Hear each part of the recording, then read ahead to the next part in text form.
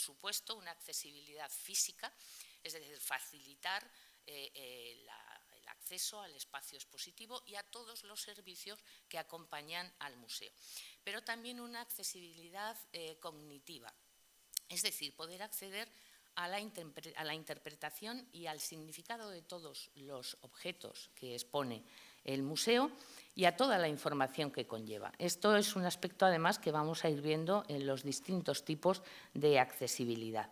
La idea es que todo sea accesible para todo el mundo. Bueno, el Plan General de Accesibilidad. ¿Cómo surge esta idea? Bueno, pues fue aprovechando el periodo de obras de remodelación integral que se hizo al museo entre el año 2008 y 2014.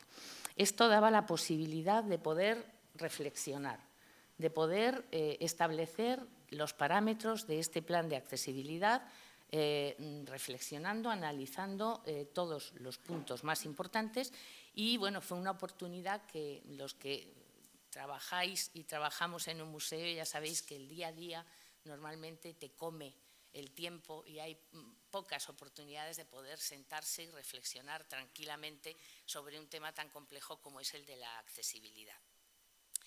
Bueno, en principio, como ocurre con este tipo de planes, luego veremos que abarcaban una gran cantidad de cuestiones, pero se comenzó por algunas de ellas. Todo no se puede hacer a la vez, con lo cual hubo que seleccionar con qué aspectos íbamos a empezar a trabajar. En principio fue la accesibilidad para personas con discapacidad motora, auditiva y visual.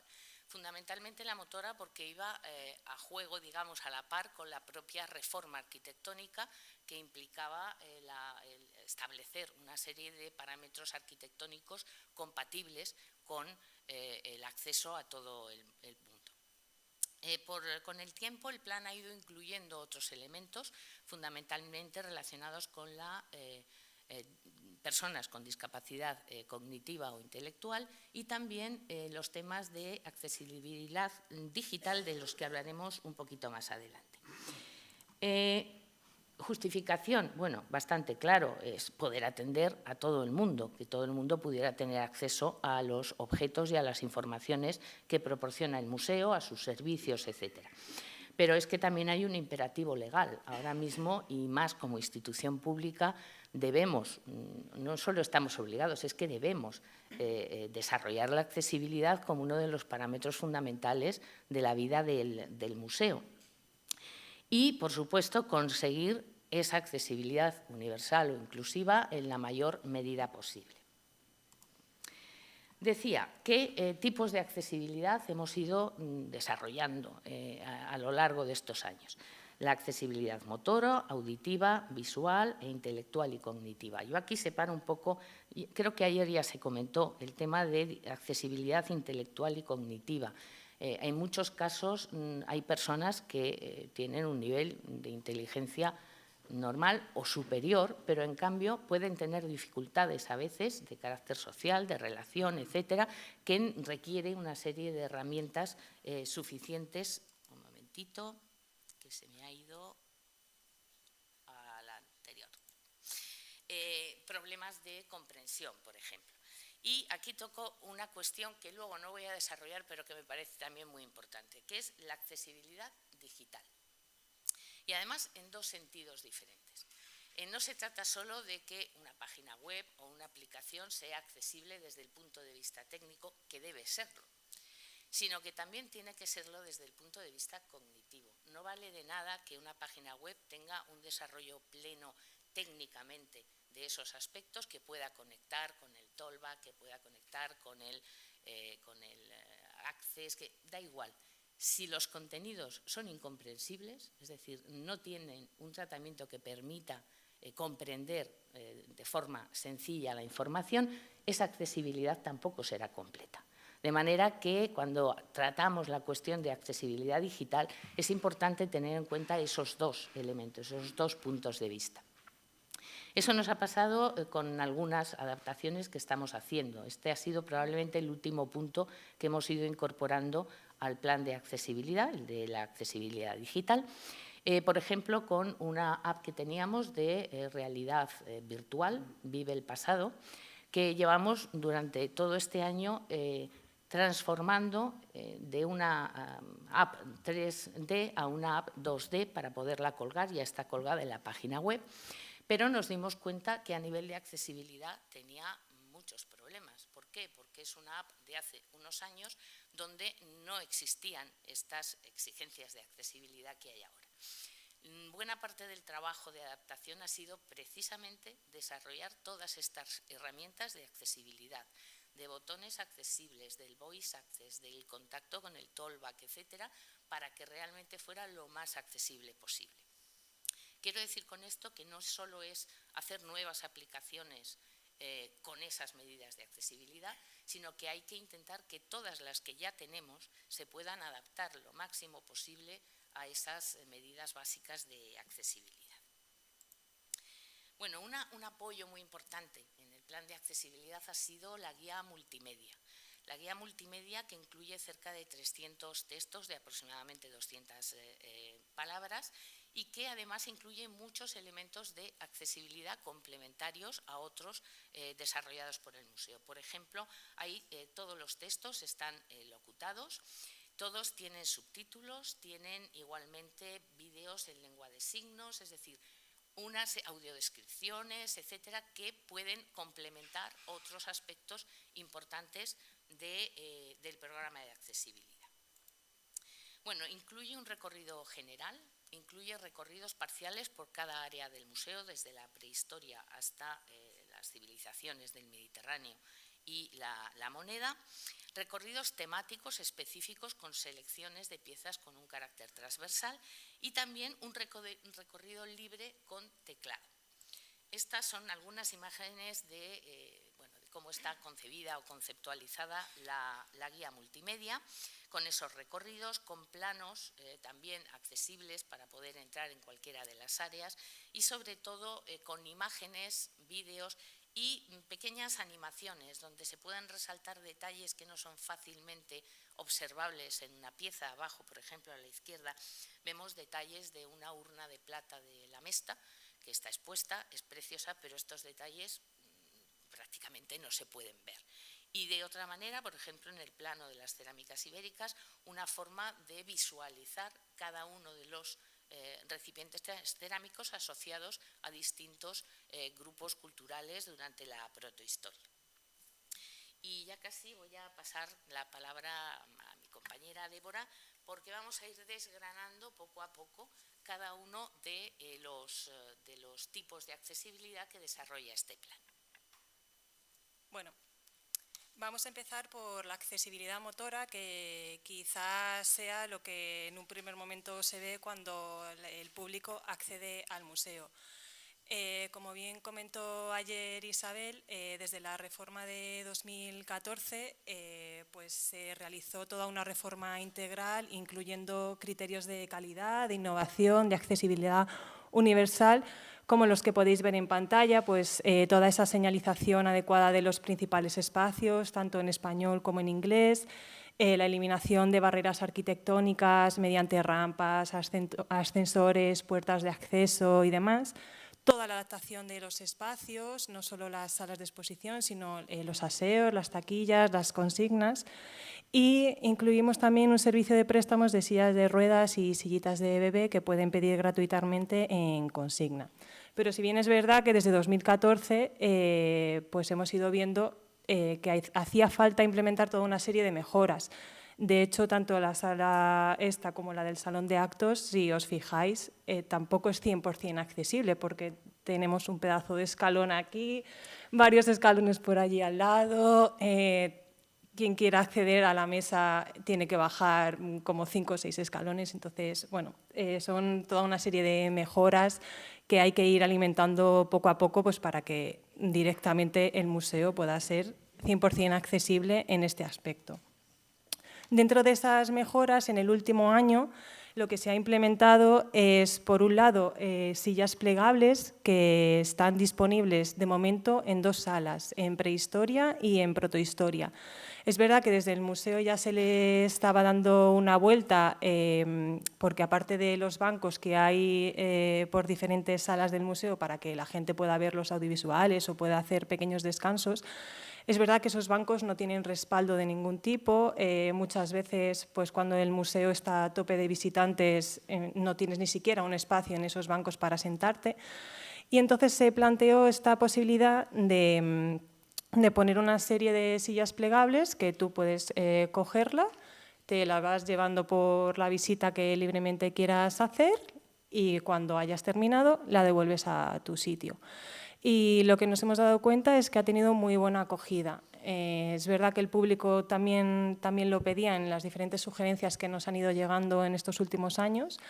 Entonces, bueno, pues tenemos que ver con gerencia y con dirección pues, si lo ampliamos a las diferentes salas del museo, porque la verdad que es un material que está siendo bastante utilizado. Y luego, por otra parte, desde 2023, se realizó un convenio con la Fundación Funviva para todos aquellos museos estatales pudieran disponer de un vehículo eléctrico. También es petición gratuita en consigna, simplemente tienen que rellenar una hoja de registro con la hora de entrega y la hora de salida y un poco, digamos, los motivos de por qué piden este vehículo eléctrico. Y la verdad que también está teniendo muy buena acogida. Por los informes que nos están llegando desde la propia fundación, ha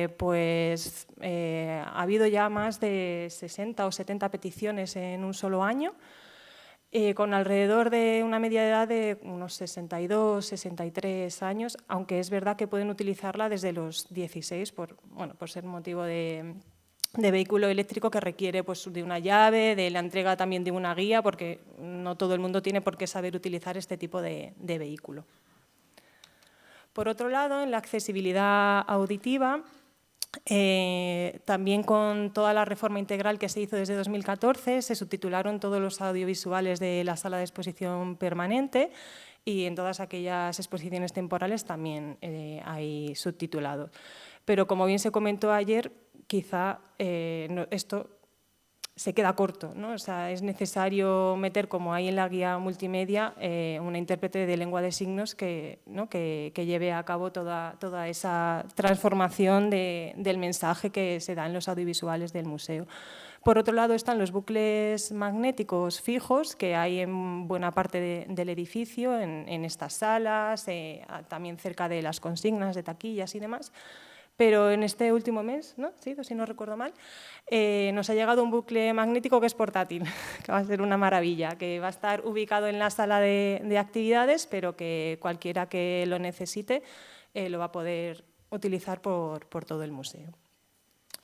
Luego, otras mejoras que hemos ido haciendo desde el departamento son los recorridos temáticos, que si bien Maje ya lo ha comentado a través de la guía multimedia, en la propia web los hemos ido alimentando en estos últimos años y bueno, tratan temas totalmente transversales, pues los últimos que hemos incluido ha sido, por ejemplo, los de historias queer, que hubo un volumen 1 y ahora se ha implementado el 2.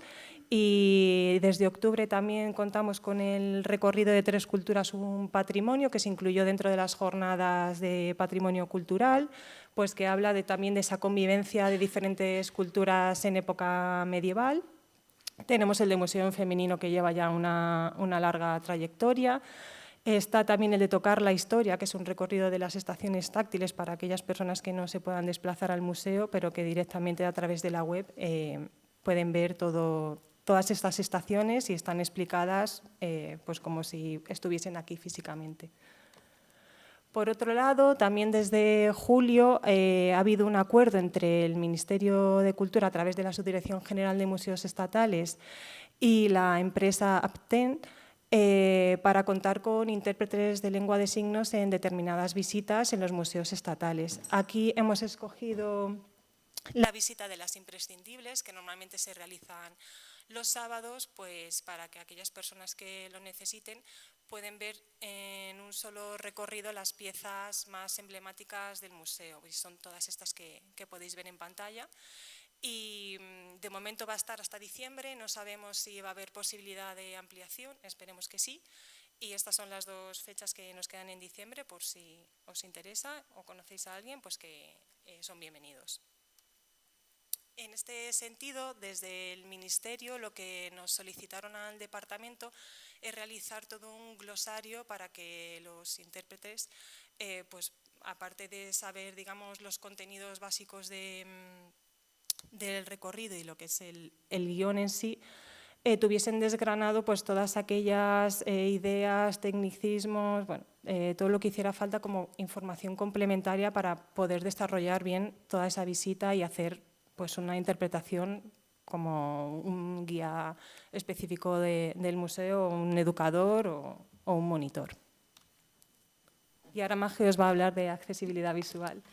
Vale, bueno, la accesibilidad visual fue uno de los primeros elementos del plan de accesibilidad que se desarrolló durante esos años de la obra. A destacar, fue un trabajo de equipo. No solamente trabajó el museo, el departamento de difusión, participaron el resto de departamentos técnicos del museo con ideas, proposición de piezas para reproducir, etcétera. También la propia empresa, la UTE, que realizó la obra, que se encargó del diseño y desarrollo del mobiliario, que ya veremos que se eligió con mucho cuidado. Y fue en ese sentido un trabajo muy enriquecedor. Realmente fue una de las cosas más positivas desde mi punto de vista de todo este desarrollo. Y es la posibilidad de trabajar juntos y de aprender unos de otros, sobre todo porque en este campo, en aquel momento, mis conocimientos eran bastante limitados. Y en cambio, trabajar con la ONCE, bueno, a mí me descubrió un mundo completamente nuevo. Y, de hecho, sigo aquí con la accesibilidad, o sea que me enganchó lo suficiente. Bueno, lo primero que se hizo es tener claro que íbamos a realizar una evaluación previa de absolutamente todo lo que se colocara en las estaciones táctiles, que era una de las, digamos, estrategias básicas de esta parte del plan de accesibilidad. Otra cosa que fue muy importante es la señalética. En este sentido, en la foto de arriba a la derecha se puede ver, es la entrada de taquilla, que hay un gran plano en la pared y debajo está el plano táctil. En ese sentido, el trabajo con la ONCE fue francamente fluido porque la ONCE tiene ya muy bien conceptualizado cuáles son las características de un plano. La altura que debe tener, el tipo de información que debe ir, el tamaño del macrocarácter, el braille y tal. Eso no fue problemático, pero sí es verdad que este museo es muy grande. Son 3 plantas, una semiplanta repartida en 2 patios, que puede llegar a ser muy confusa porque los patios prácticamente son iguales a un lado que a otro, de manera que se incluyeron también planos de sección por cada semiplanta y en cada una de ellas. De tal manera que, aparte de esa idea general que uno puede obtener en el plano general, en cada una de las plantas y en cada uno de los patios puede tener esa misma información concreta de esa zona para poder orientarse con más facilidad.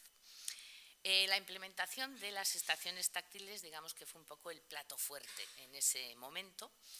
Se han instalado 17 estaciones táctiles a lo largo de toda la exposición permanente. Al principio del proyecto se estuvieron barajando varias posibilidades. Por ejemplo, hacer una sala específica donde colocar los elementos interactivos para poder tocar. Bueno, eso ya la ONCE nos dijo que no. Y además lo que nos explicó tiene mucha lógica. Una persona, aunque sea ciega o tenga una discapacidad visual de distinto grado, lo que quiere hacer cuando viene al museo es vivir la experiencia del museo. No que le lleven a una habitación, tocar cosas y marcharse. Quiere entrar a las salas, quiere oír el ruido, si hay niños, si hay familias, si no hay nadie, sentir el olor, el espacio, vivir la experiencia a fin de cuentas. Con lo cual, se replanteó todo y se decidió colocar las estaciones táctiles en las propias salas de la exposición permanente. Estas 17 que comento. Y, por supuesto, con el apoyo de la guía multimedia. Las audiodescripciones, luego lo veremos en la visita, las audiodescripciones son fundamentales a la hora de comprender las estaciones táctiles. Lo veremos porque realmente el desarrollo de las estaciones táctiles no son simplemente espacios para tocar objetos, cuentan historias y, por lo tanto, esas historias se tienen que explicar y en qué orden hay que tocar las cosas, de manera que la audiodescripción es muy importante a la hora de poder desarrollar este tipo de visitas. ¿A quién iba destinado? Bueno, desde el principio he dicho que queríamos optar a la accesibilidad universal, de tal manera que está pensado para que las toque todo el mundo. En las imágenes podemos ver que hay personas ciegas tocando una de estas estaciones, pero hay también una familia. Es bastante corriente encontrar a padres subiendo a los críos para que puedan tocar los objetos. En los colegios a mí me hace gracia porque mira que los chavales son expansivos. Bueno, pues aquí se vuelven disciplinados, hacen una fila y van pasando todos para tocar la estación. Y eso es lo que queríamos, que realmente la use todo el mundo. Las características también se pensaron bastante. Si os fijáis, son de un tono oscuro, el mobiliario, mate, con las esquinas también matadas para evitar problemas de golpes, etcétera, con una señalización podotáctil alrededor para también evitar acercamientos demasiado bruscos. Y luego vamos a ver, no voy a entrar mucho en detalles con las estaciones porque luego las vamos a ver en directo y ahí yo creo que es el momento de poder desarrollar un poquito más las ideas. Pero sí decir que lo que buscábamos era contar al menos parte de lo que cuenta la exposición permanente. De manera que vamos a ir viendo que lo que contamos ahí ya lo cuenta la exposición. O sea, que lo que hacemos es permitir que accedan a todo ese hilo conductor, o aparte de él, evidentemente, porque no podemos contarlo todo, pero no son cosas sueltas, sino que hay todo un hilo conductor y ese hilo conductor está presente en la propia exposición permanente. En cada una se explica algún aspecto, puede ser una cuestión técnica, un aspecto social, político o conceptos más o menos complejos, como iremos viendo. La idea principal queda explicitada en un título. Hay subtítulos que van desarrollando esa idea principal y luego cada objeto, a la que así no le doy, cada objeto tiene su propia cartela. Veremos que trabajamos con un texto principal situado a la izquierda que explica la idea genérica de cada estación y todos los textos están en macrocaracteres y las cartelas también en braille. De esa manera se estructuran todas las estaciones de la misma forma. Se leen de izquierda a derecha, de arriba a abajo, el texto principal a la izquierda, etcétera, etcétera. De manera que una vez vista una de las estaciones es muy fácil leer con el tacto el resto de las estaciones, porque el desarrollo es básicamente el mismo. También quería que se fijaran en ese signo que hay, esa foto, imagen, que colocamos precisamente en cada estación para invitar a la gente a tocar. Y ya hemos visto que funciona más bien mal. Es decir, la gente no está acostumbrada a que se puedan tocar cosas en el museo. Luego podemos escenificarlo en una de las estaciones porque la gente a veces se comporta casi como chiquito de la calzada. Se acerca un poco, se echa para atrás, mira a un lado y a otro a ver si hay un vigilante. Le cuesta entender que puede acercarse y tocar sin problema y sin miedo. De manera que vamos a añadir un cartel directamente para que la gente sepa que puede tocar. Bueno, hicimos también una vez, aparte de la evaluación previa que hicimos con la ONCE, como decía antes, de toda clase de objetos, maquetas, relieves, etcétera, que se colocaron en las estaciones, una vez ya instaladas y abiertas al público, hicimos una pequeña evaluación. Ya sacamos algunas conclusiones interesantes. La importancia que tenía la ubicación de las estaciones. Si estaban en una zona más o menos cercana a las vitrinas y áreas de exposición, a veces están un poquito más alejadas, no alejadas, pero sí separadas físicamente, y nos dimos cuenta que se veían mucho mejor unas que las otras. Otra cuestión fue lo de la necesidad de esa señalización más directa para que la gente no mire, sino que toque, ¿no? Luego también que era fundamental la lectura de los carteles o de las cartelas y la audiodescripción en el caso de las personas ciegas, es decir, que servían de complemento fundamental para que la gente interpretara correctamente lo que estaba viendo y lo que estaba tocando. También hubo una cuestión importante y es que vimos que la interpretación que se hacía de los objetos era de carácter muy diverso. Evidentemente hay quien hacía una lectura de tipo visual, personas que no tienen dificultad pero que sí interactuaban con la estación, otras personas de manera táctil, tanto personas ciegas como no ciegas, y también textual, es decir, esa importancia de utilizar los textos en macrocaracteres o braille como un complemento fundamental para la comprensión. La satisfacción en general muy buena, es decir, la gente disfrutaba mucho con las estaciones y con las audiodescripciones, aun siendo adecuadas y muy útiles, sobre todo para las personas con discapacidad visual, sí nos dieron una respuesta curiosa. Estas audiodescripciones las hicimos desde el Departamento de Difusión y se validaron luego con personal de la ONCE. Nos dieron la vuelta al calcetín, las volvimos a redactar, es decir, fue un trabajo muy bonito para ver exactamente cómo sentían ellos lo que estaban escuchando. Y una de las cosas que nos indicaron es que las estaciones pueden ser cortas o más largas, como luego veremos. ¿Qué ocurre en este caso? Pues que hay que dar una serie de tiempos para pasar de un objeto a otro. Es decir, había que dejar espacios en silencio para permitir moverse a lo largo de la estación. Así lo hicimos y luego en esta evaluación nos ha ido llegando el feedback de las personas que lo utilizaban y nos hemos encontrado que hay como dos grupos. Un grupo para los que estas audiodescripciones son perfectamente válidas, correctas, les permite moverse de una pieza a otra sin dificultad. Y otros, sobre todo gente que está muy acostumbrada a viajar, a ver exposiciones, a moverse en el ámbito cultural, que nos decían que eran lentas, muy lentas, que demasiado tiempo, de espacios sin palabras. Con lo cual, una de las cosas, de las mejoras que queremos ir desarrollando es elaborar estas audiodescripciones a un ritmo más rápido, con menos espacios de tiempo de intermedio vacíos, para que cada uno pueda seleccionar realmente el ritmo al que quiere o puede desarrollar su visita en las estaciones. Pero nos sorprendió bastante, porque bueno, no se te ocurre pensar que es que puedes necesitar distintos niveles de adaptación de las audiodescripciones para que cada persona las adapte un poco a sus necesidades. Bueno, aparte de las estaciones táctiles, a lo largo del tiempo empezamos antes de la pandemia y ahora lo retomamos después, una serie de actividades para personas con discapacidad visual. La más general es Museo en tus manos. Aquí hemos desarrollado varias visitas, varios itinerarios que vamos turnando, aproximadamente hay una visita por semana, más o menos. Primero creamos la primera de prehistoria, creatividad en la prehistoria e Hispania.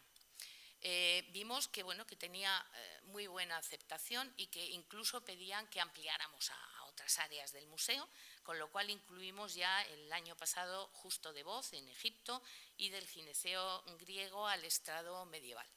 Y este mismo trimestre hemos empezado una nueva visita de Museo en tus manos, que es Tras las huellas del mundo ibérico. Luego vamos a ver también en la visita toda una serie de materiales que se utilizan para trabajar en estas visitas. Bueno, en estas imágenes vemos algunos de ellos. Por un lado, se trabaja evidentemente con las estaciones táctiles, con los objetos que hay en las estaciones táctiles. Pero también se trabaja con otras piezas de las que no tenemos reproducciones. Aquí la monitora, que es una monitora especializada para trabajar con este tipo de destinatarios, realiza audiodescripciones de esas piezas y después se entregan también diagramas táctiles para que reconozcan esa audiodescripción que se ha hecho. A la derecha vemos, por ejemplo, uno de estos diagramas que representa un mosaico romano Y a la izquierda, pues bueno, otra cosa que hemos ido incluyendo y es trabajar con otros sentidos, no solo con el tacto. Y es que incluimos, por ejemplo, hierbas aromáticas, especias, para trabajar también con el olfato. Es decir, desarrollar distintas formas de leer el museo con otros sentidos aparte de la vista. Otra actividad es Exploradores de la Prehistoria. Esto es una visita taller para niños y para escolares y para jóvenes, en la que, aparte de trabajar con las estaciones, los diagramas, etcétera, se realiza una actividad práctica de tipo artístico, con una serie de plantillas que representan distintos animales de las pinturas rupestres. Pueden pintar con distintos elementos materiales, carbones, arcillas, etcétera, que dan un dibujo en relieve que ellos también pueden leer. Es decir, se trataba ya de dar un elemento práctico, ¿no?, a estas visitas, sobre todo para los chavales y chavalas que no son, que no quieren hacer simplemente una visita, sino también participar en algo mucho más práctico. Y la última que acabamos de poner en marcha este trimestre es Ponte en mi lugar. Y en este caso los participantes no son personas con discapacidad visual, son personas que no tienen ningún tipo de discapacidad. ¿Cuál era el objetivo de esta actividad? Pues que la gente realmente empatizara con una persona que no ve o que ve con dificultad. ¿Cómo viven esa experiencia en el museo? ¿Es igual que la que vive uno cuando llega y empieza a mirar las vitrinas y a leer los carteles? De manera que empezamos un poco por ahí. Se les entrega un antifaz y se les entrega un bastón. Aprovechamos además para explicar cosas que a lo mejor a uno no se le ocurren. Parece que uno piensa… Sí.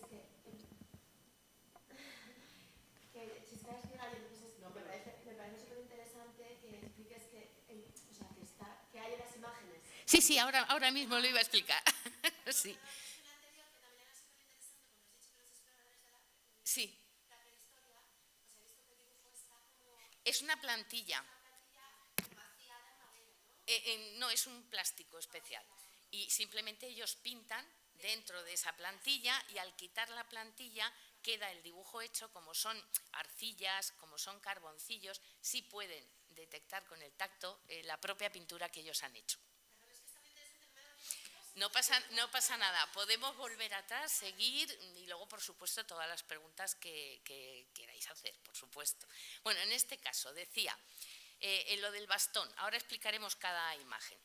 ¿Por qué lo del bastón? Porque mucha gente piensa que alguien se queda ciego, le dan un bastón y adelante. Pues no.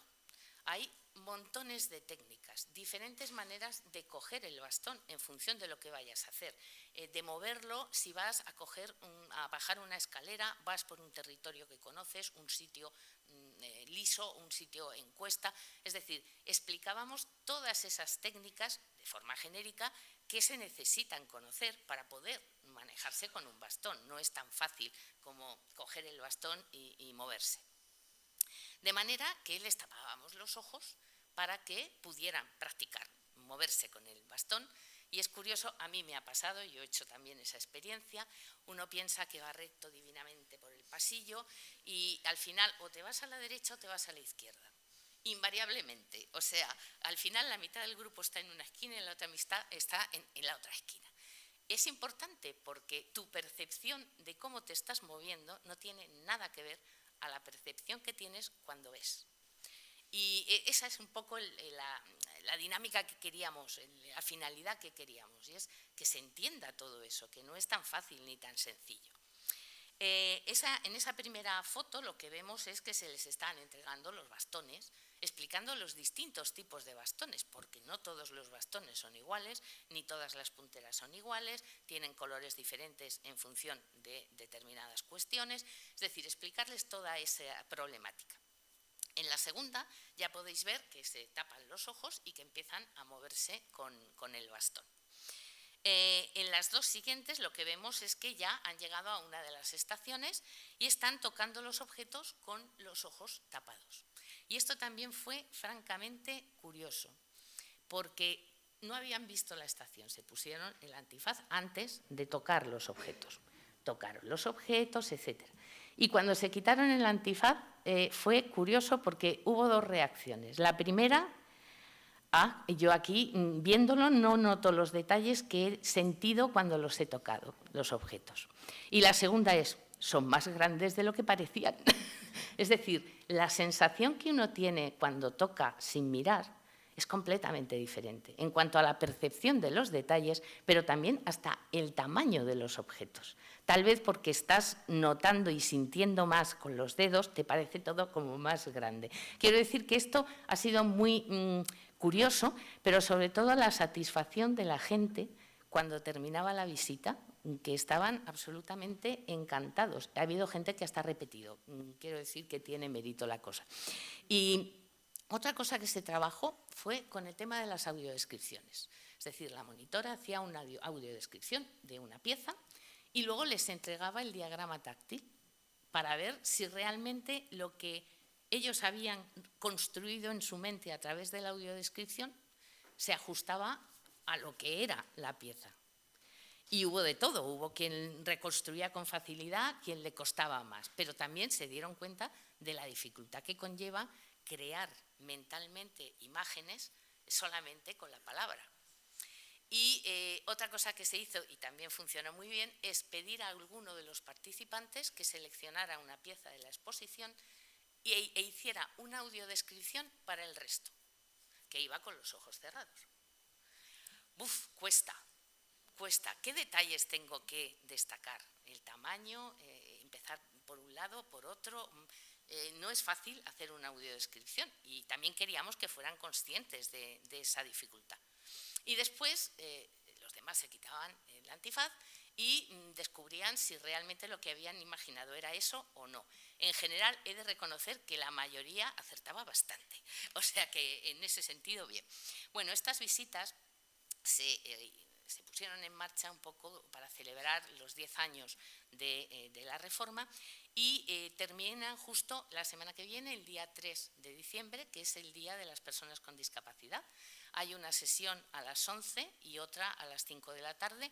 Lo digo por si alguno está en Madrid y se quiere apuntar, pues todavía está a tiempo de hacerlo, porque de verdad que es enriquecedor y sobre todo te ayuda a ponerte en los zapatos de los demás, que eso a veces, esa empatía no siempre es fácil de conseguir.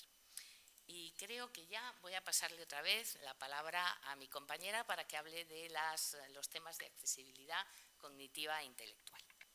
Bueno, antes de centrarme directamente en cognitiva, queremos hablar también del programa Acerca Cultura, porque ya lo apuntó ayer Sonia en su ponencia, pero es verdad que desde hace un año se firmó ese convenio entre el Ministerio de Cultura y Hazlo Accesible con el objetivo de que los museos dependientes de la Subdirección General de Museos Estatales ubicados en Madrid se adhirieran a este programa. Este programa tiene como objetivo acercar todo ese programa cultural para cualquier tipo de persona en riesgo de exclusión, no simplemente que posea algún tipo de discapacidad. Desde el museo, ¿cómo lo hemos planteado? Pues tenemos varias opciones. Sí que es verdad que de manera global lo que hemos hecho es reservar un cupo de plazas de determinadas actividades. Unas de ellas son las que se celebran en el Salón de Actos y en Salas Nobles, pues por ejemplo los diferentes episodios de Museodrama que van sobre diferentes personajes históricos, hay cuentos con historia que son destinados a familias, también los conciertos de sonidos de la antigüedad, pero también otras actividades más, digamos, para público adulto, como pueden ser los conciertos didácticos de órgano o las diferentes visitas guiadas a la exposición temporal que haya en este momento y a las visitas guiadas que he comentado anteriormente con intérprete en lengua de signos española. Aquí podéis ver la página web de este programa. Y nosotros también lo que hacemos dentro de este gestor es incluir todas aquellas actividades en las que reservamos un cupo de plazas, ¿vale? Entonces, una vez que están ya incorporadas en la web, cualquier tipo de persona que esté dentro o que quiera acceder al programa de Acerca se puede apuntar. Nosotros validamos esa confirmación de asistencia Y hablamos pues con los diferentes intermediarios, es decir, por un lado con taquilla, ¿no? Expresándoles pues quiénes van a venir a la actividad, cuántas entradas necesitan, quién es el responsable que viene con el grupo, porque normalmente no son personas que… Hay algunas que sí vienen de manera autónoma, pero por lo general suelen venir con algún tipo de responsable pues, del centro en cuestión que se haya apuntado. Y por otro lado, para las visitas guiadas directamente hablamos con los educadores, con los monitores, pues para que sepan que es una fecha específica y que es un grupo pues, que a lo mejor viene de un centro ocupacional o no tiene por qué tener algún tipo de discapacidad, pero bueno, si fuese el caso, pues para que lo tuviesen en mente para adaptar ese tipo de visita. Y aquí os quiero mostrar una de las últimas valoraciones que nos ha llegado esta semana. En este caso fue con cuentos con historia, destinado a Hipólita, una reina de armas tomar, que está centrado en Hipólita, en una de las Amazonas, y bueno, pues se comenta un poco toda esa etapa de la antigua Grecia. Y vinieron desde el Servicio de Prevención de Villa de Vallecas y nada, y nos dejaron, pues la verdad que los mensajes que hemos recibido como feedback son bastante positivos, así que estamos muy contentos durante este año con este programa de Acerca. Como os decía Maje, en los últimos 2-3 años estamos trabajando sobre todo en esa accesibilidad cognitiva. Todos ya sabemos que desde hace 2 años se cambió esa definición de museo, ¿no? Están resaltados en verde pues, todas esas temáticas y cuestiones que estamos llevando a cabo en estas jornadas, pero en morado está especialmente destacado pues una acción, que es comunicar, ¿no? Si realmente no comunicamos bien todos los mensajes y toda la información que queremos transmitir con ese patrimonio cultural, realmente no estamos haciendo ningún tipo de accesibilidad. Con esta diapositiva lo que queremos mostrar desde el departamento, pues vemos ahí una dobla con caracteres arábicos, una tapa de sarcófago con escritura jeroglífica, una lápida medieval. Si realmente no hace falta ser un experto ni tener ningún tipo de discapacidad, no tenemos por qué saber absolutamente de todo. Si llegamos y directamente vemos esos materiales, esas piezas y no nos explican bien lo que quieren transmitirnos, ¿no? O incluso todas esas sociedades, pueblos de otras culturas, por qué hacían ese tipo de materiales o qué querían, ¿no? Construir mentalmente con ellos, pues acabamos como este pobre gato lleno de sudores fríos porque no entendemos absolutamente nada. Y directamente, pues lo que decía, no hace falta ser experto, o sea, muchas veces vamos a otros tipos de museos o de exposiciones y a mí me ha pasado que empiezas a leer cartelas, paneles y te entra pues la fatiga porque dices, madre mía, es que no puedo más, ¿no? Entonces, ¿qué estamos llevando a cabo desde el departamento? Pues 2 acciones principalmente. Por un lado, recursos estables y por otro, actividades específicas, ¿vale? Entre los recursos tenemos por un lado lectura fácil y pictogramas y en cuanto a las actividades, visitas dinamizadas y talleres. Dentro de los recursos estables surgió la posibilidad de participar en un proyecto de aprendizaje y servicio con la Universidad Pontificia de Comillas, con la profesora Rosa Salas Lavallén. Ella imparte una asignatura que se llama Dificultades de aprendizaje y trastornos del desarrollo dentro del grado de educación infantil y del doble grado de educación infantil y primaria. Una asignatura con carácter obligatorio que lo que pretende es que el futuro profesorado tenga los suficientes recursos, ¿no? para apoyar a ese alumnado que tenga dificultades de algún tipo. Después de varias reuniones con Rosa, lo que decidimos fue intentar llevar a cabo digamos, una serie de folletos por cada área histórica que tiene el museo.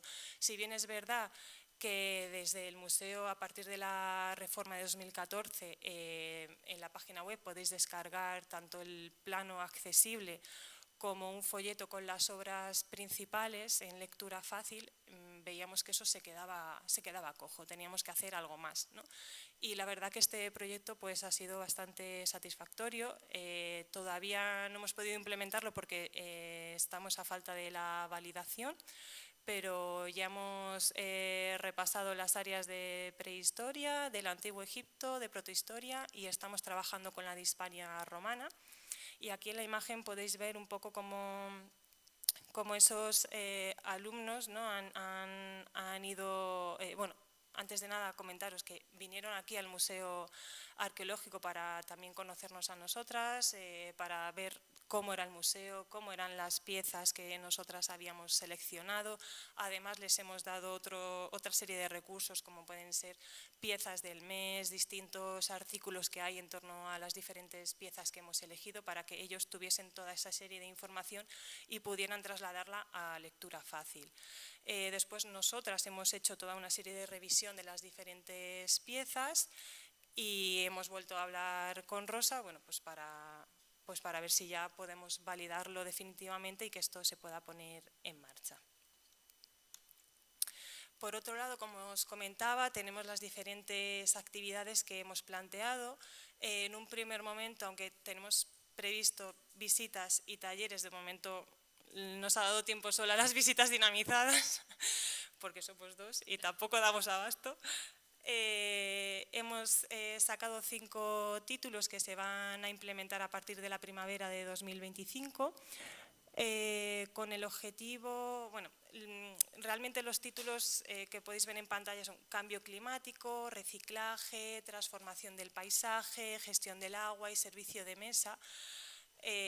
Pues son una serie de itinerarios, ¿no? que tengan que ver con problemáticas que hay actualmente, ¿no? Para que los diferentes grupos que vengan, bueno, pues a través de las piezas del museo y de esas colecciones de otros pueblos o de la antigüedad vean cómo, ¿no? cómo dialogan esas piezas también con problemas que tenemos actualmente o que incluso ya sucedían en la antigüedad, ¿no?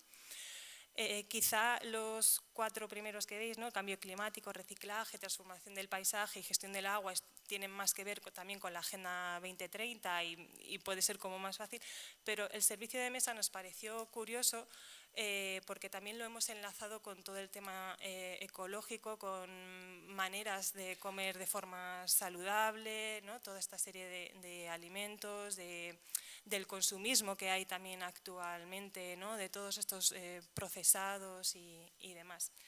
Pero bueno, me voy a centrar en el de reciclaje para, a través de este ejemplo, que veáis un poco cómo van a ser las visitas dinamizadas.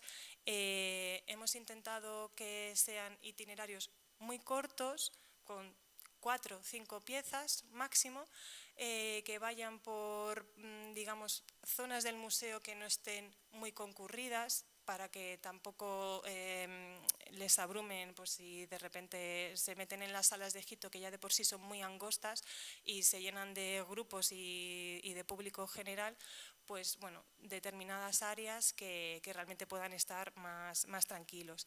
En este caso del reciclaje, pues hemos escogido las ánforas egipcias, que luego bueno, pues se les dieron otro uso como urnas cinerarias en época ibérica.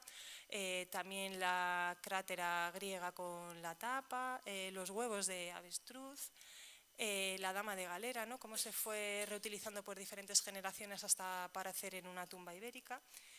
Y luego, como digamos caso opuesto, hemos incluido la dama de Baza, ¿no? Con toda esta panoplia de guerrera y de armamentística, que se podía haber reutilizado, ¿no? Se podría haber transformado en otros elementos y en este caso decidieron dejarlo tal cual y enterrarlo, ¿no? con la difunta. Entonces, bueno, para que ellos vean realmente las 2 opciones.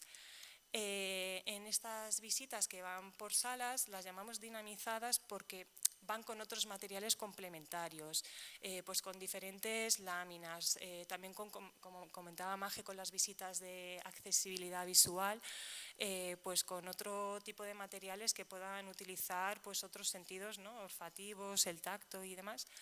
Y la monitora especializada en cuestión pues va haciendo una serie de dinámicas, ¿no? Primero de observación de las piezas mientras ella cuenta pues toda esta parte, digamos, más histórica. Luego una dinámica de reflexión, ¿no? Que es cómo lo pueden enlazar con su vida actual, qué es lo que les parece a ellos, ¿no? Y luego, por último, una dinámica de participación, digamos, que esta la harían en la sala de actividades, más práctica, ¿no? Más de manipular, ¿no? Y luego, por ejemplo, en la imagen que veis al lado, pues eso, toda una serie de láminas para que en la sala de actividades haya un tipo de debate también entre ellos, ¿no? Cómo han reutilizado, por ejemplo, los neumáticos, los han convertido en columpios, las diferentes botas de agua en macetas, la caja de galletas que todos tenemos en casa, que la abres y es un costurero. Yo creo que en el 95% de las casas ocurre esto, ¿no? Pues toda una serie de elementos, ¿no? Cómo se les transforma y en realidad tienen otro uso, ¿no? Y esto es lo que queremos pretender con este tipo de visitas, ¿no? Que vengan, ellos vean las piezas, pero se lleven otro tipo de experiencia y otros tipos de debate y les dé además. Son gente que siempre participa muchísimo, muy enriquecedora, la verdad. Y bueno, como conclusiones, no hemos querido poner conclusiones como tal, sino qué sucede a partir de 2025, qué vamos a hacer más allá de todo esto que os hemos presentado hoy. Pues principalmente la evaluación, ¿no? Evaluación de todo este tipo de proyectos que hemos llevado a cabo, no solo de las visitas, sino qué ocurre ¿no? con los vehículos, con las sillas, con el programa Cerca Cultura, funciona, no funciona, lo ampliamos. Pues aumento de todo ese tipo de recursos y de actividades que nos lleva al siguiente punto, a la colaboración con las diferentes instituciones, a esas entidades externas, ¿no? A las asociaciones, pues a otros compañeros de museos directamente. Y lo último y fundamental, el patrocinio, porque si no tampoco podemos implementar toda esta serie de proyectos. No sé si Maje quieres apuntar algo más. No, simplemente volver un poco a la idea con la que hemos empezado, y es que esto no se acaba aquí. Esto va a continuar y seguro que con el tiempo iremos implementando más cosas, y lo que es fundamental también es el tema presupuestario y el tema de personal. Es decir, difícilmente se puede llegar muy lejos porque este tipo de cuestiones bueno, requieren también una inversión de dinero, pero sobre todo que no falta el entusiasmo. O sea que aquí seguiremos desarrollando el programa en la medida de nuestras posibilidades. Muchas gracias.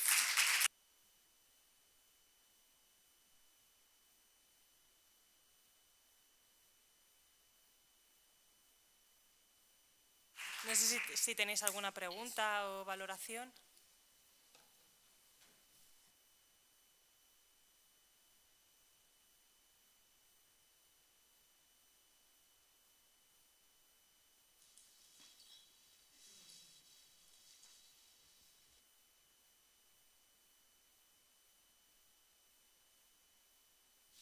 Ahora, enhorabuena.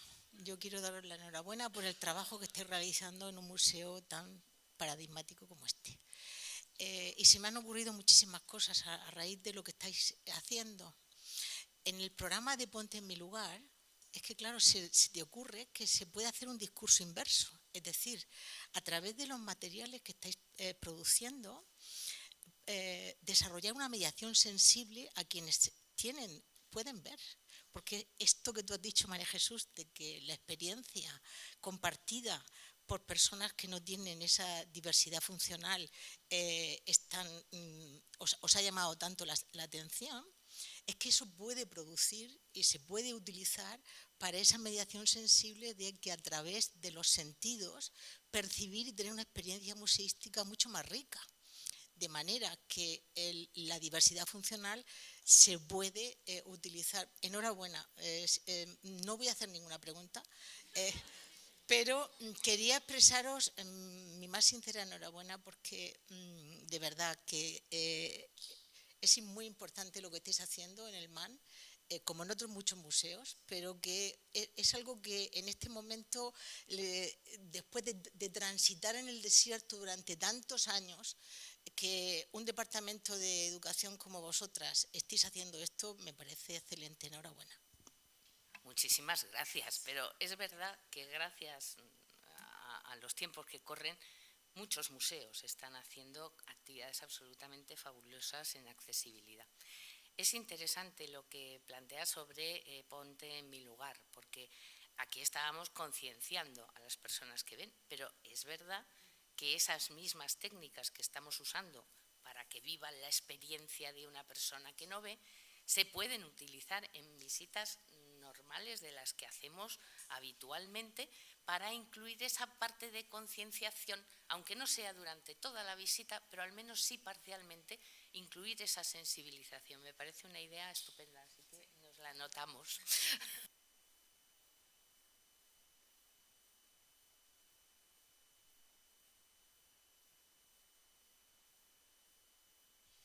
Yo también felicitaros y además compartir experiencias. Pues estamos todos en la misma línea, desde las ciencias y la arqueología y el arte. Y deciros, no sé si vosotras habéis sentido, cuando empezasteis a diseñar este programa, habéis hecho la experiencia o sea, sin más, de visitar un museo poniéndote en el lugar del otro.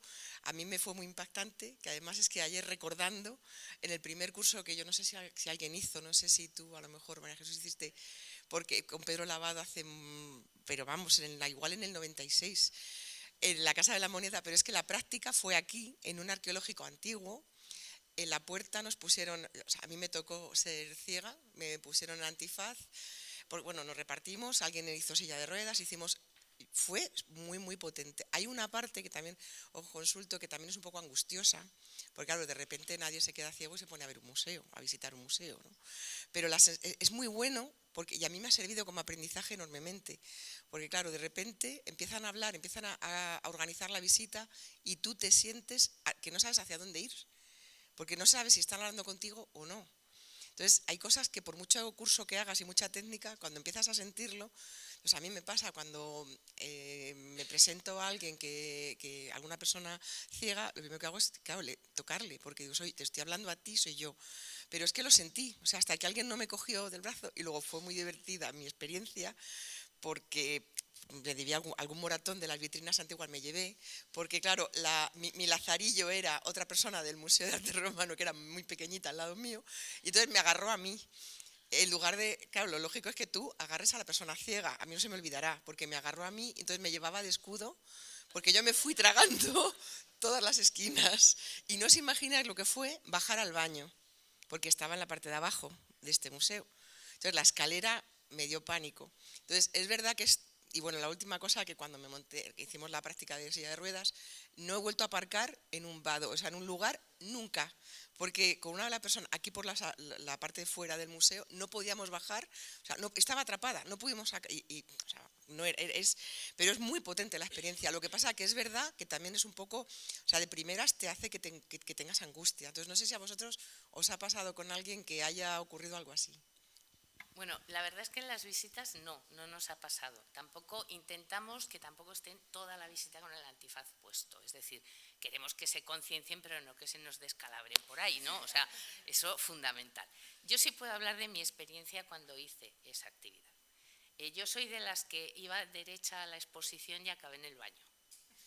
Porque estaba a la derecha y yo me fui, pero vamos, muy, muy a la derecha. Hicimos también la parte de silla de ruedas. Y yo en ese momento descubrí la importancia de los baños adaptados. Es que es imposible poder utilizar un baño normal si vas en una silla de ruedas.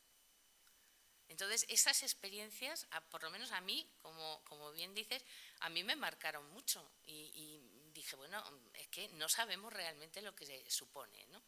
Aquí, por ejemplo, no les llevamos a bajar escaleras y demás, porque además eso ya son técnicas mucho más específicas con el bastón. Y les contamos, grosso modo, los diferentes modos de coger el bastón y usarlo, pero si vas a coger un ascensor no lo usas de la misma manera que si vas a subir o bajar una escalera. Y, hombre, tampoco es cosa de que se aprendan todas las técnicas, pero sí que es verdad que la gente se siente bastante perdida. Sobre todo al principio, aunque les explicamos, os vais a mover por aquí y tal, para que no se nos pierdan, se pierden, porque es que no tienes conciencia realmente espacial y supongo que eso se tarda mucho tiempo en adquirir, pero se dan cuenta cuando se quitan el antifaz y están delante de una pared. Pues si yo iba por el pasillo, ¿cómo he acabado aquí? O sea que sí, efectivamente me parece que es una experiencia que todo el mundo debería vivir, porque te enseña mucho, sobre todo mucho respecto a cómo se sienten los demás, que yo creo que en el mundo de hoy a veces eso también nos falla bastante.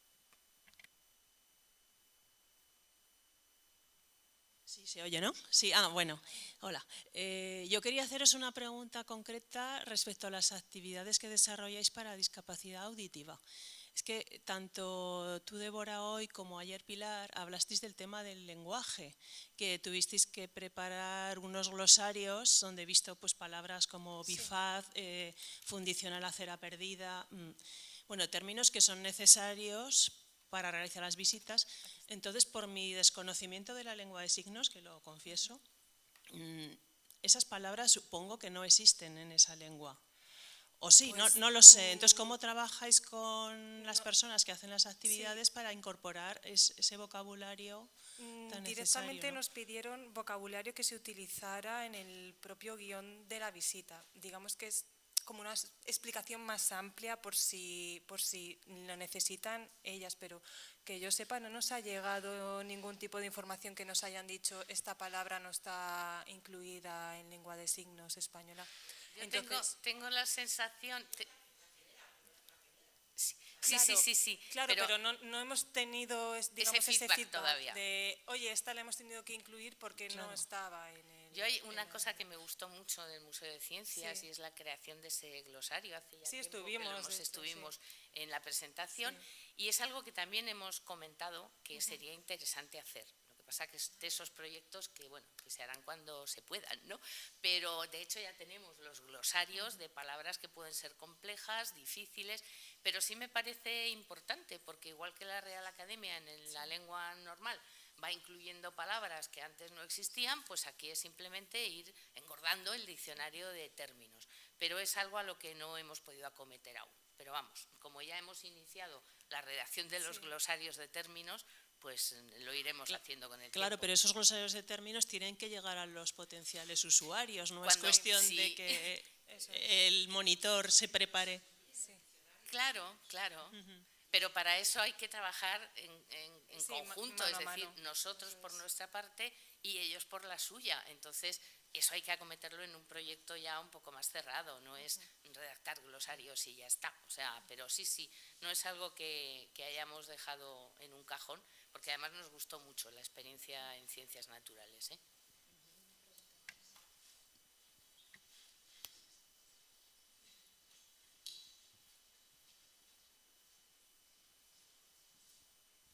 Buenos días.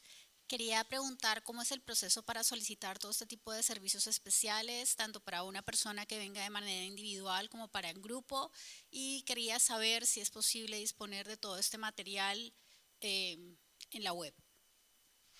Gracias. Vale, me he colado.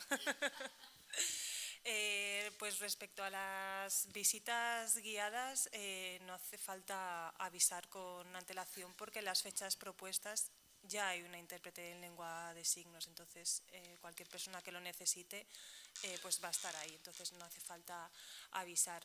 En el caso de accesibilidad visual también están las fechas programadas en la web, entonces la visita que te interese, pues si es prehistoria, si es Hispania, si es Egipto, te apuntas directamente en visitas grupo en el email, porque luego tenemos otro tipo de actividades que van por otras reservas online. Te puedes apuntar. Y en el caso de accesibilidad cognitiva todavía no las hemos lanzado, o sea, las lanzaremos a partir de la primavera del año que viene, pero es la misma idea, que no hay que avisar con 2-3 semanas de antelación. O sea que... Y una cosa sí, donde sí hemos tenido ya experiencia con personas con discapacidad cognitiva es en actividades escolares, de grupos escolares, porque han venido grupos escolares con distintos niveles de discapacidad y ahí lo único que siempre pedimos para las visitas en grupo es que nos avisen, ¿Por qué? Pues porque las monitoras pueden hacer adaptaciones, pero necesitan saberlo, ¿no? A veces el grupo es un grupo de un colegio que tiene 1 o 2 niños a lo mejor con TEA o con algún tipo de dificultad, otras veces es el grupo completo. Lo único que pedimos es que se nos avise para que nosotros podamos realmente hacer una adaptación en condiciones, ¿no? A veces pues suele ocurrir que no avisan, en cuyo caso, bueno, pues las monitoras realmente tienen muchos años de experiencia y han trabajado mucho con grupos con discapacidad cognitiva y lo adaptan sobre la marcha, pero siempre es bueno porque dependiendo del taller, visita taller que hayan elegido, la adaptación puede ser más sencilla o más compleja, pero es la única cosa. Simplemente al hacer la reserva, avisarlo, nada más.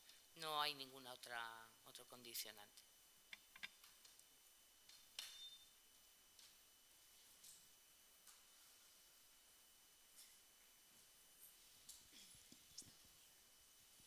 Hola, gracias. Enhorabuena también.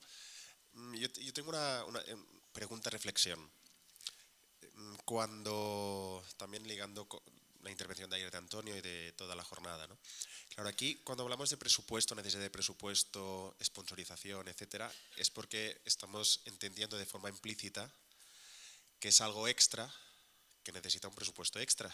Pero esto se contradice con el principio de universalidad, es decir, que tiene que ser un tema estructural y entonces ya no tiene que ser un presupuesto extra, ¿no? Entonces, entiendo que este es el objetivo, es que no sea algo extra, sino que sea estructural. Por tanto, cuando se concibe cualquier tipo de proyecto, ya no se discute la adaptación, porque ya tiene que ser por definición estructural. Claro, y de hecho, buena parte del plan se ha desarrollado con los presupuestos normales del museo. Lo que pasa es que si queremos llegar mucho más allá, pues tenemos que intentar buscar algún patrocinio que nos aporte más capacidad de actuación. Pero todas las estaciones táctiles, todo el tema, por ejemplo, de las visitas, accesibilidad visual, motora, etcétera, todo eso se ha hecho con los presupuestos del museo. O sea que sí, se ha hecho así. ¿Qué pasa? Pues que uno es ambicioso, quiere seguir sacando proyectos adelante y hay veces que un patrocinio puede ser necesario para poder hacerlo, ¿eh? Pero evidentemente yo también soy partidaria que eso vaya dentro de los presupuestos, porque somos una entidad pública, o sea que debe ser así. Y luego también otra reflexión, pregunta, o para compartir, ¿no? Claro, ¿cómo está porque todo es muy bonito, de momento es bonito, pero es que yo me lo pienso en mi contexto. Claro, aquí hay un cambio de cultura, hay un cambio de cultura muy estructural con las inercias de un museo. Por ejemplo, qué tipo de experiencia estética o experiencia se busca a los usuarios en cierta museografía tradicional, que entonces obviamente unas tipografías, unas adaptaciones universales pues chocan contra pues un ideal estético o tradicional. Claro, esta inercia es muy potente, no sé en vuestro museo cómo es, en lo nuestro es muy potente. O sea, por ejemplo, pues, la simple instalación de mesas táctiles, que nosotros también en la MENAC tenemos, claro, fue un debate que todavía no está resuelto. De hecho, hay unas cuantas que no se han podido instalar porque no hay consenso, porque esto afecta a la contemplación de la obra, esto mediatiza. Claro, aquí hay un montón de temas muy estructurales. ¿Cómo lo habéis visto vosotros? ¿Cómo lo habéis gestionado? Bueno, efectivamente todo parece muy bonito, pero siempre hay problemas subyacentes, ¿no? Por ejemplo, en el tema de la instalación de las estaciones táctiles, pues hubo alguna que teníamos ya diseñada y no se pudo instalar, pues porque es que no quedaba hueco para instalarla. Quiero decir que sí hubo cierta, pues es un tira y afloja de yo necesito este espacio, no, aquí va esta vitrina, pero sí que es verdad que como había muy buen espíritu de llevar adelante el proyecto, al final se pudo organizar. Pero hay alguna estación que desde mi punto de vista pues está a la revuelta de la esquina. Yo la hubiera puesto en otro lugar, pero bueno, eso yo creo que son problemas que hay que ir solventando poco a poco. Es verdad, ya digo, que en este caso, en el caso del arqueológico, el tema de accesibilidad en la obra estuvo presente desde el principio, porque es que no habían empezado a sacar piezas y ya nos estaban diciendo que había que empezar a hablar con la ONCE, a ver qué íbamos a hacer y a ver qué tal. O sea, que en ese sentido fue positivo, pero sí hubo problemas, por ejemplo, a la hora de situar las estaciones, porque no se había contado con ello. A lo mejor el arquitecto o el diseñador, pues de repente le decías, oye, no, que yo aquí tengo que poner. Bueno, pues sí, esos problemas existen, ¿eh? Sí, sí. Y al último, que parezca la típico que no suelta el micro. Y mira que ayer ya hablé. No, también es importante. Es que estamos justamente, me resuenan muchas cosas por el proceso este que dije ayer de ampliación y definición del nuevo edificio. Entonces, estas cosas, cómo podemos también conseguir un relato, una narrativa que sea inclusiva, pero para convencer internamente de la necesidad, ¿no?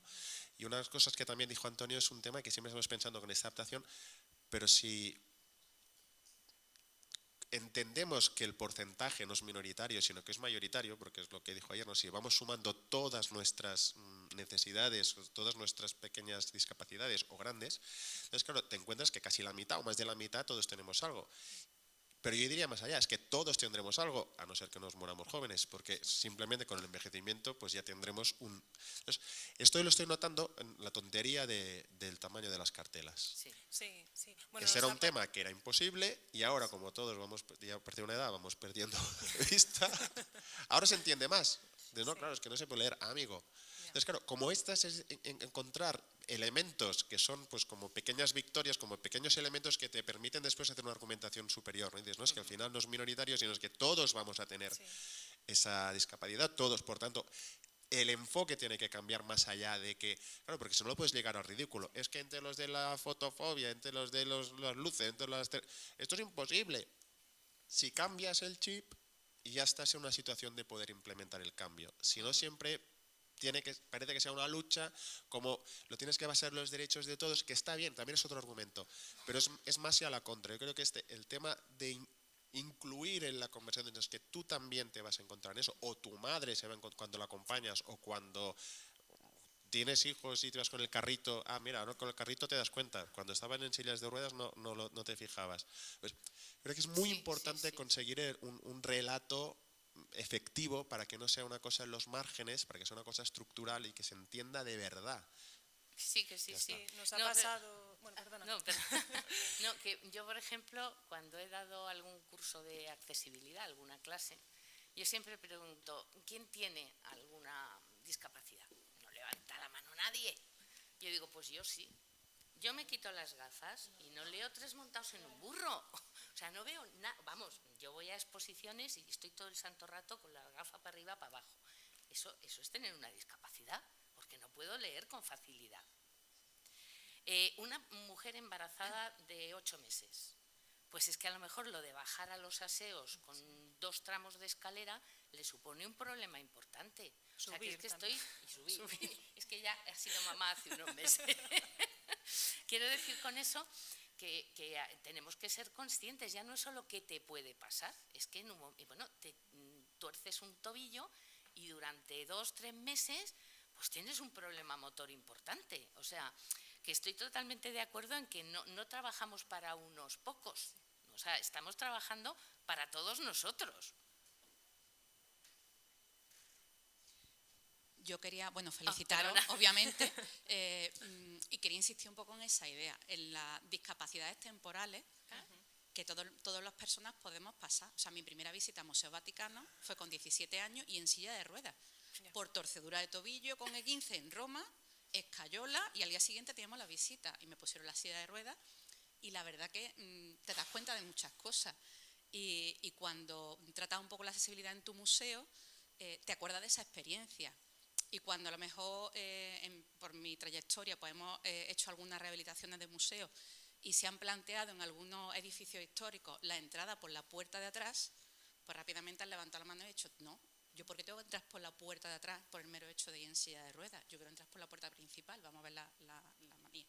Y eso, tenemos esas discapacidades transitorias de los tobillos, de un brazo, de un embarazo, de la silla de ruedas o de cualquier situación, después la vista, obviamente. Bueno, de personas mayores, estamos haciendo también estudios de público de las exposiciones temporales.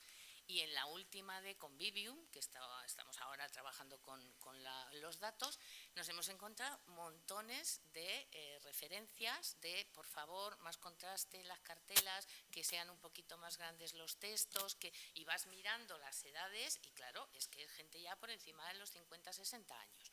O sea, que es que…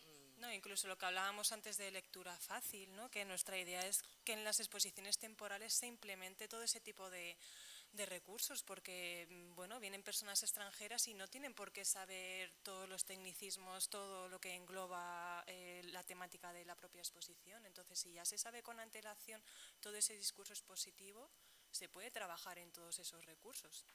Sí. Hola, ¿sí? Sí. Bueno, creo que…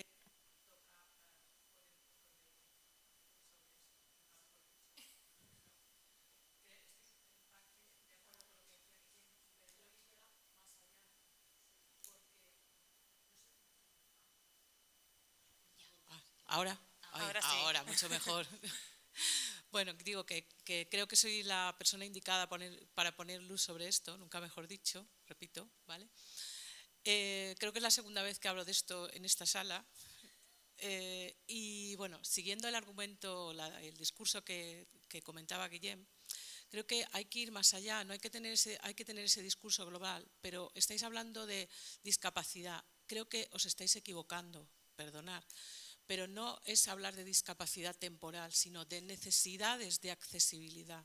Las personas con discapacidad siempre seremos personas con discapacidad, porque tenemos unas necesidades muy concretas y no podéis equiparar el quitaros las gafas y no veo. O sea, cuidado, estamos hablando de cosas mucho más serias y perdonad que sea así de clara y directa, pero además el argumento de pues también se ha comentado un poco aquí, ¿no? Diversidad funcional. No, hablemos con propiedad de las cosas. O sea, las personas con discapacidad siempre seremos personas con discapacidad. Tenemos unas necesidades muy concretas y además nos interesa que sea así, porque la legislación nos pueda apoyar, cosa que si… me refiero a beneficios fiscales, me refiero a otro tipo de cosas, ¿no? Entonces creo que no tenemos que confundir. Además, también lo comentaba, no sé si Antonio o Guillem, no sé, ayer se comentaba, ¿no? Tenemos que publicar, y vosotros en las páginas web, la información sobre accesibilidad, información muy concreta sobre, tenemos audioguías, tenemos materiales en braille, tenemos sillas de ruedas de préstamo, lo que sea, pero cosas concretas. Yo ya decidiré, o la persona con discapacidad o la persona que sea, decidirá si necesita una silla de ruedas, si necesita unos macrocaracteres, lo que sea. Por ejemplo, el tema de las sillas de bastón para el descanso de cualquiera. O sea, en principio puedes pensar, son para personas mayores, pero, a ver, yo las uso porque me duele la espalda. Y además soy ciega, o sea, ¿vale? Quiero decir, no confundamos, porque me parece que estamos llegando a un discurso a veces muy paternalista y no es eso, ¿vale? Y creo que desde mi postura es lo más indicado hablarlo, ¿no? Porque lo vivo en propia persona, ¿no? Pues perdonad, gracias. Nada. Lamento que, porque no es en absoluto nuestra intención, ni minimizar, ni simplificar, ni vulgarizar. Digamos que hay dos cuestiones. Estoy de acuerdo con el tema de la discapacidad y por supuesto que es serio, si no, no estaríamos haciendo todo esto. Lo que él comentaba es de qué forma podemos concienciar a los demás, sin hacer menos, pero que sean conscientes de que esto puede ser temporal, un problema temporal, pero puede convertirse en una discapacidad que limite también tu vida. Pero no vamos en ningún caso intentando minimizar o generalizar de una forma así, pero sí yo me doy cuenta que muchas veces la gente no es consciente de los problemas que pueden suponer para la vida diaria pues una persona ciega o una persona en silla de ruedas o todo este tipo de cuestiones. Era más una cuestión de concienciación, pero por supuesto sin intención de minimizar algo que efectivamente es muy serio.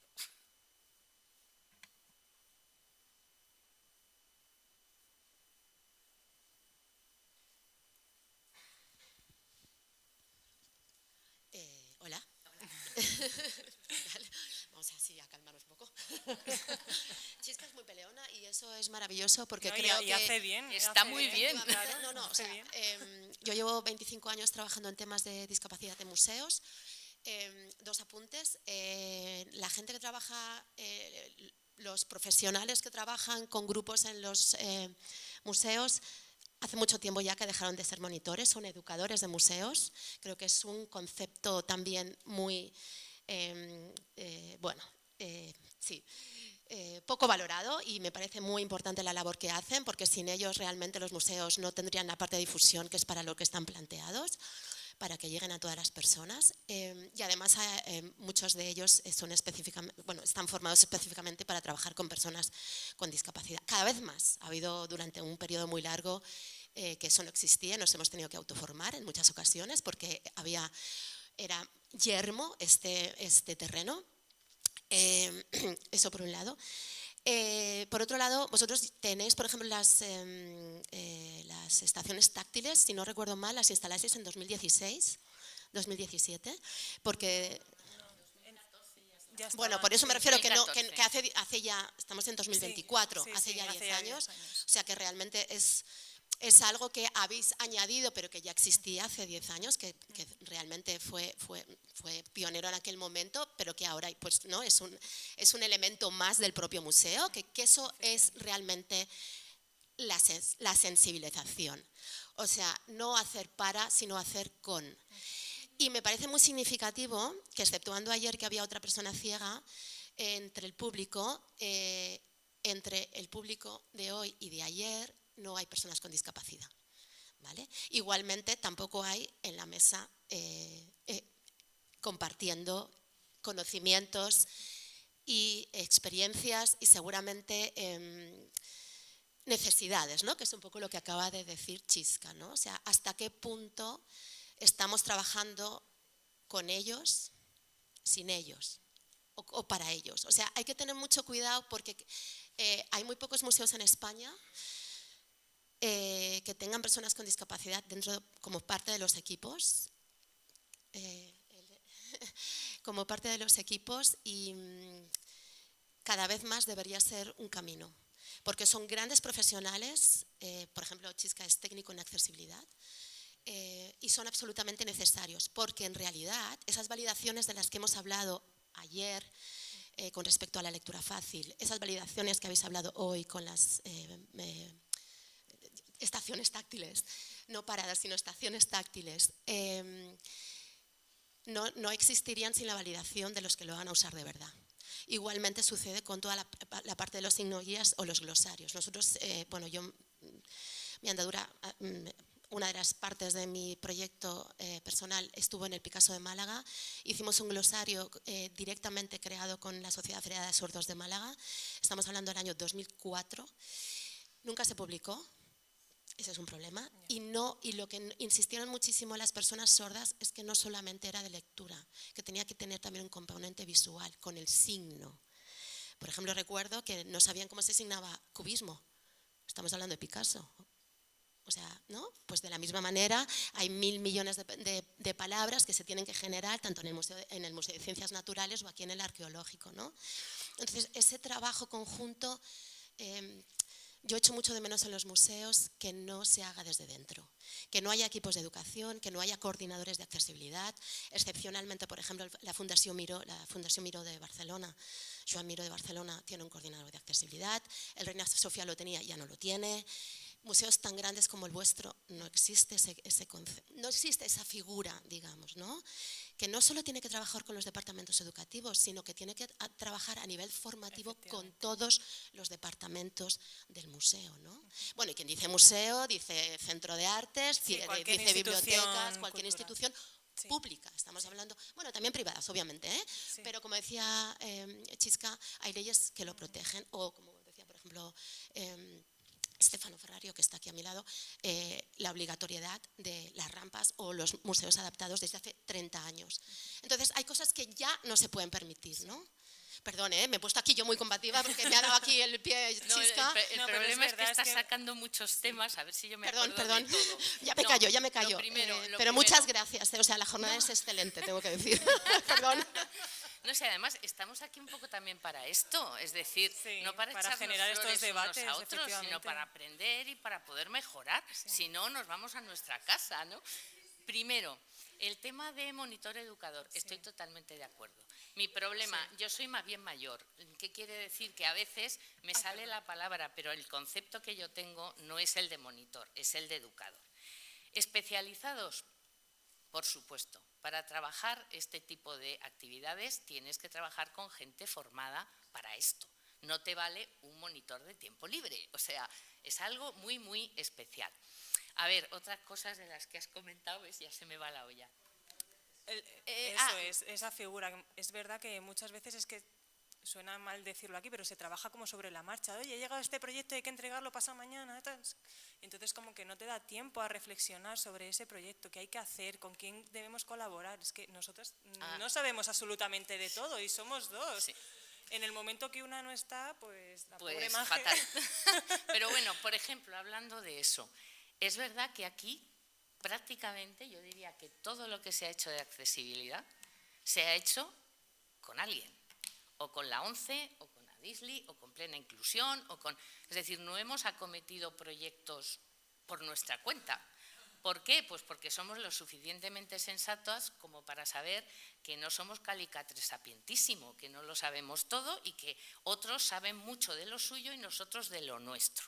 De manera que cada uno aporta lo suyo, es lo que decíamos respecto a los glosarios. Yo puedo hacer el glosario de términos que me parecen fundamentales, pero como el usuario no me diga cómo hay que entenderlos, cómo hay que…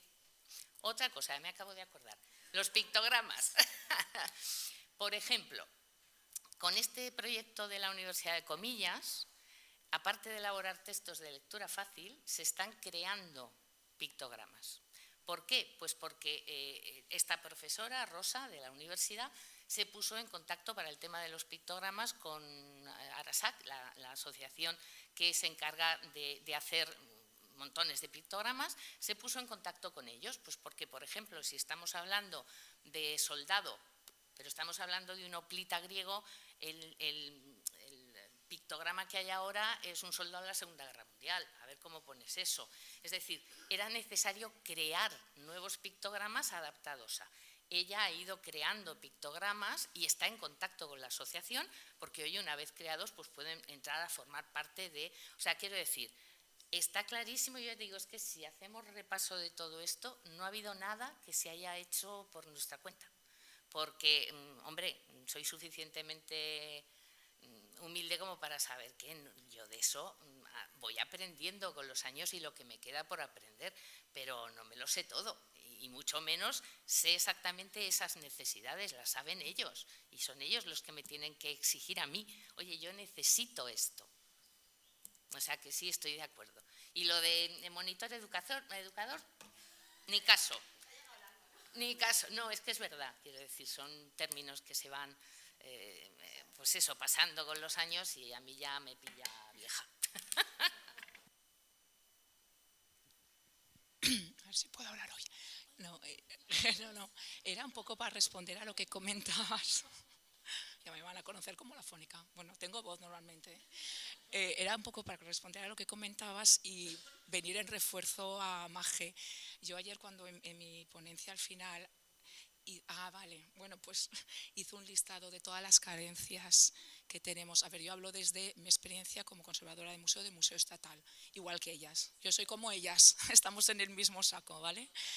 Totalmente. Entonces sabemos que somos funcionarios los que trabajamos ahí, hay un sistema de oposiciones, son toda una serie de cosas que justo comenté ayer, que no hay perfiles especializados ni en educación realmente y menos en accesibilidad, que hay escasez de personal, ellas son 2, yo somos 2 ahora, pero bueno, para más cosas que decir que imagino que publicaciones no las lleváis o no sé, bueno, o exposiciones temporales. Decir que llevamos educación, toda la parte escolar, accesibilidad, voluntariado, estudios de público y a veces algunas publicaciones.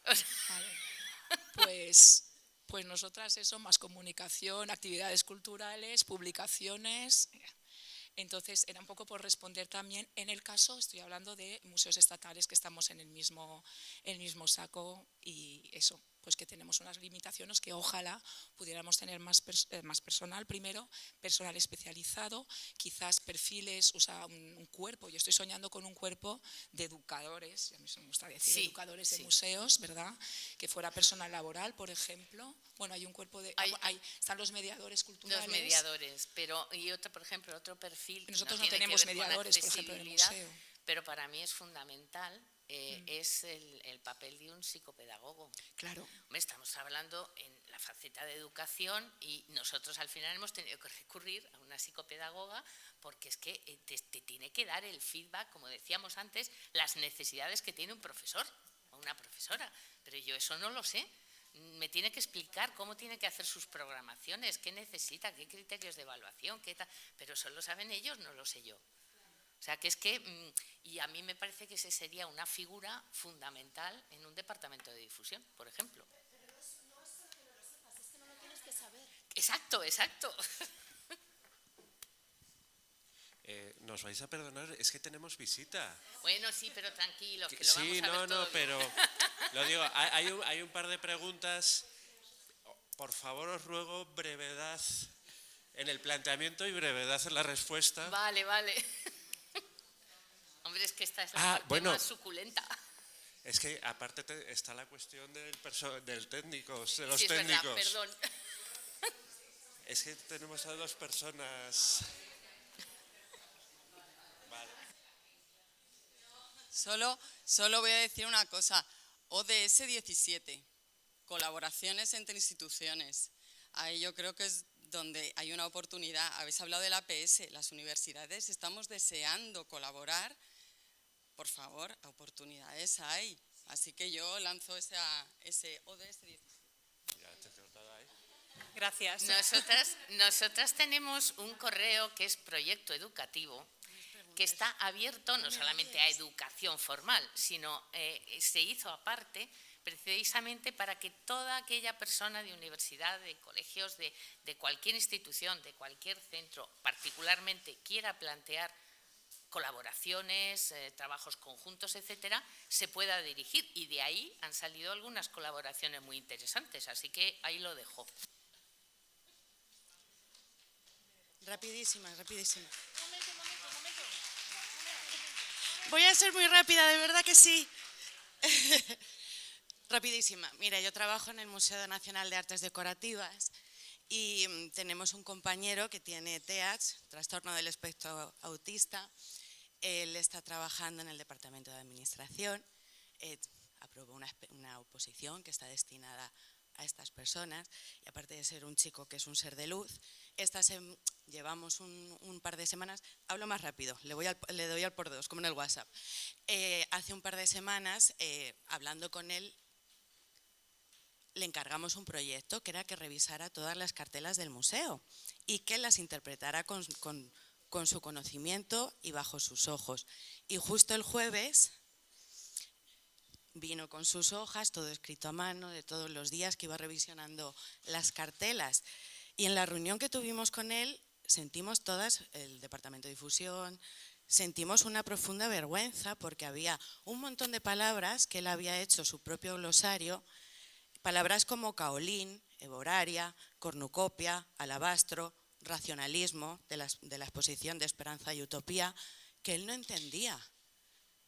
Y nos sentimos profundamente avergonzadas y encontramos que eso había que solucionarlo de una forma bastante inminente, rehacer las cartelas, hacer paréntesis entre todos esos conceptos que él no entendía y que otra muchísima gente no entendía, pero ya no porque tengas TEA como él, sino porque no tienes por qué saber en la vida qué es la evoraria. Mi madre no sabe qué es la evoraria. Bueno, yo te... Solo quería aportar esto y ya me callo. Mira, yo contestación también muy rápida. En el Departamento de Difusión tenemos una persona con discapacidad cognitiva, pero en el departamento, no en administración. Lleva todo el control de material, se encarga del apoyo a todas las educadoras, pero es que además ha hecho una revisión de todos los cuadernos que damos en las visitas escolares y nos está ayudando muchísimo. Aparte que, como dices tú, es un ser de luz, porque Carlota es un encanto de persona y como profesional tan encantadora como persona. O sea que, chapó.